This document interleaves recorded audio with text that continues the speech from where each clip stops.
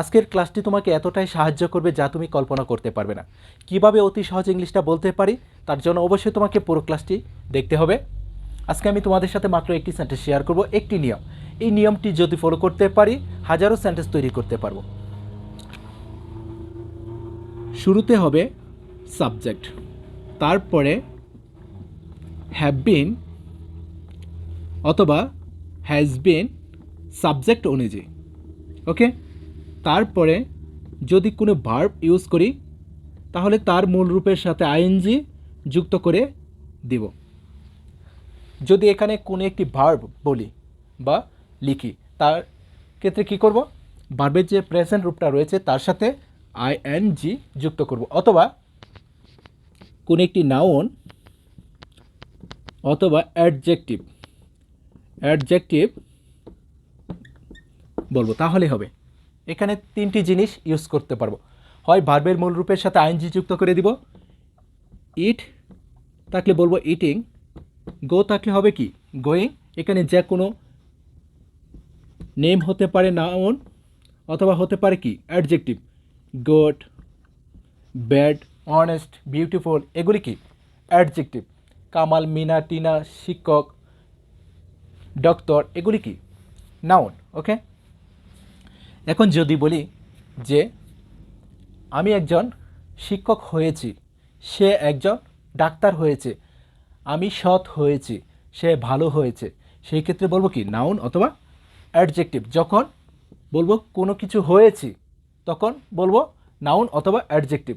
আর যখন বলবো কোনো কিছু করতেছি তখন ভার্বের মূল রূপের সাথে আইএনজি যুক্ত করে দেব। এখন যদি বলি যে আমি একজন শিক্ষক হয়েছি,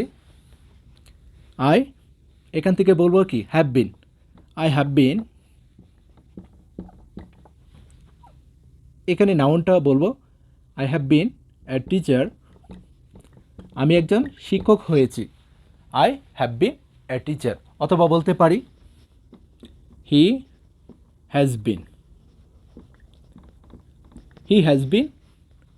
এ টিচার, সে একজন শিক্ষক হয়েছে। Okay, I have been a teacher, আমি একজন শিক্ষক হয়েছি, he has been a teacher, সে একজন শিক্ষক হয়েছে। আই হ্যাভ বিন গুড, আমি ভালো হয়েছি, হি হ্যাজ বিন গুড। এখানে বলতে পারি আরেকটি অ্যাডজেক্টিভ গুড,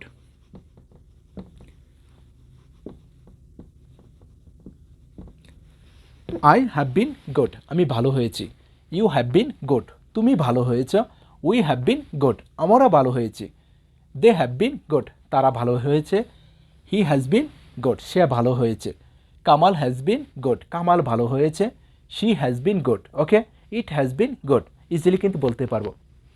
এখানে সাবজেক্টের পরে দেখব তার সাথে হ্যাভ বিন হয় নাকি হ্যাজ বিন হয়। তারপরে এখানে রয়েছে কি টিচার, রয়েছে গুড। এখানে টিচারের পরিবর্তে তুমি যে কোনো নাউন ইউজ করতে পারবা, মানে যেটা হয়েছি বা যেটা হয়েছে সেটা এখানে বলবো, তাহলে হবে। আর যদি বলি কোনো একটি কাজ করতেছি, আমি 2 ঘন্টা যাবৎ পড়তেছি, অথবা আমি সকাল থেকে পড়তেছি, অথবা সে সকাল থেকে পড়তেছে, সে সকাল থেকে ঘুমাইতেছে, এই ধরনের কথা যখন বলবো সেই ক্ষেত্রে ভার্বের মূল রূপের সাথে আইএনজি যুক্ত করে দেব এবং সময়টা সাথে বসিয়ে দেব, তাহলে হবে। আমি সকাল থেকে পড়তেছি, অথবা আমি 2 ঘন্টা যাবৎ পড়তেছি, সেই ক্ষেত্রে বলবো আই হ্যাভ বিন। ওকে, সে পড়তেছে, হি হ্যাজ বিন। কামাল পড়তেছে, Kamal has been.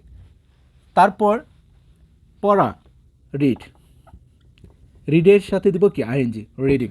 I have been reading, আমি পড়তেছি 2 ঘন্টা যাবৎ, ফর 2 আওয়ার্স, 2 ঘন্টা যাবৎ, অথবা সিন্স মর্নিং, সকাল থেকে। যখন শুরুর সময়টা উল্লেখ করব সকাল থেকে, সোমবার থেকে, জানুয়ারি মাস থেকে, 2020 সাল থেকে, সেই ক্ষেত্রে বলবো কি সিন্স। যখন বলবো 2 মাস, 2 বছর, 2 দিন, 2 ঘন্টা, 2 মিনিট, তখন বলবো কি ফর।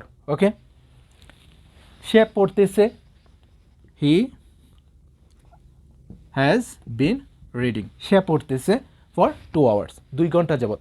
সিন্স মর্নিং সকাল হইতে। ইজিলি এই দুটি সেন্টেন্স যদি ফলো করতে পারি, আশা করি আজকের পর থেকে আমাদের পক্ষে শত শত সেন্টেন্স তৈরি করা সম্ভব।